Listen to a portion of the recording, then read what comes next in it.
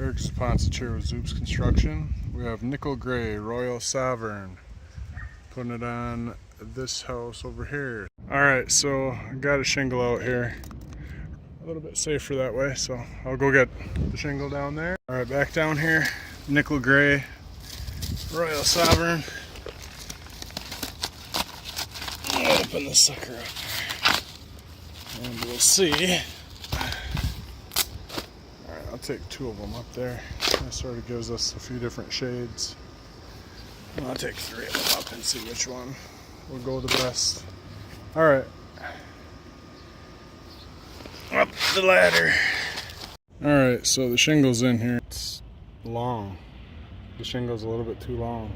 There's a space over there, like it should be in between each one. And then here, it doesn't fit. And so, I'm thinking that there's a seam here. Yeah, these shingles are just a tad long. They're a little bit too long. Because it's over on that edge. But it's you can tell which one's the one.